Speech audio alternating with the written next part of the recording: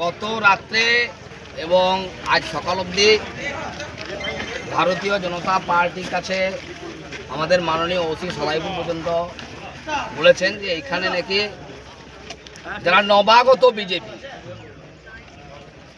4 তারিখে সকাল 10টা পর্যন্ত যারা তৃণমূল কংগ্রেসকে জেতানোর জন্য জয় বাংলা বলে যাদেরকে আপনাদেরকে বিতশব্দ করেছিলেন, তারা 4 তারিখে 12টার পরে যারা নবাগত বিজেপি হয়েছেন তারা নাকি আপনাদেরকে ঠিক 2021 সালের মতন যেরকমভাবে তৃণমূলের লোকরা গেট পাস কেড়ে নিয়ে ভারতীয় জনতা পার্টির যারা কার্যকর্তারা তাদেরকে যেরকম ছেড়ে দেওয়া হয়েছিল, মোবাইল কেড়ে নেওয়া হয়েছিল, ঠিক সেরকম একটা ঘটনা ঘটতে পারে বলে আমাদের কাছে এরকম একটা খবর এসেছে। কিন্তু বিজেপি, এটা ভারতীয় জনতা পার্টি, বিজেপি কারোর গেট পাস কাটবে না এবং বিজেপি কাউকে গেট পাস কাটতেও দেবে না।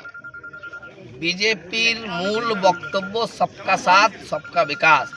এবং আপনাদেরকেও আমরা কড়া ভাষায় বলতে চাই, আপনাদেরকেও মাথা থেকে ডিলিট করে দিতে হবে। তৃণমূলের সরকার কিন্তু আর নেই।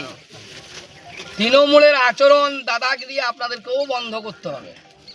আমরা সবার কাজ থাকুক, সবাই সুস্থভাবে বাঁচুক, সেই কারণে আমরা এই গেট পাসের এখানে দাঁড়িয়ে আছি।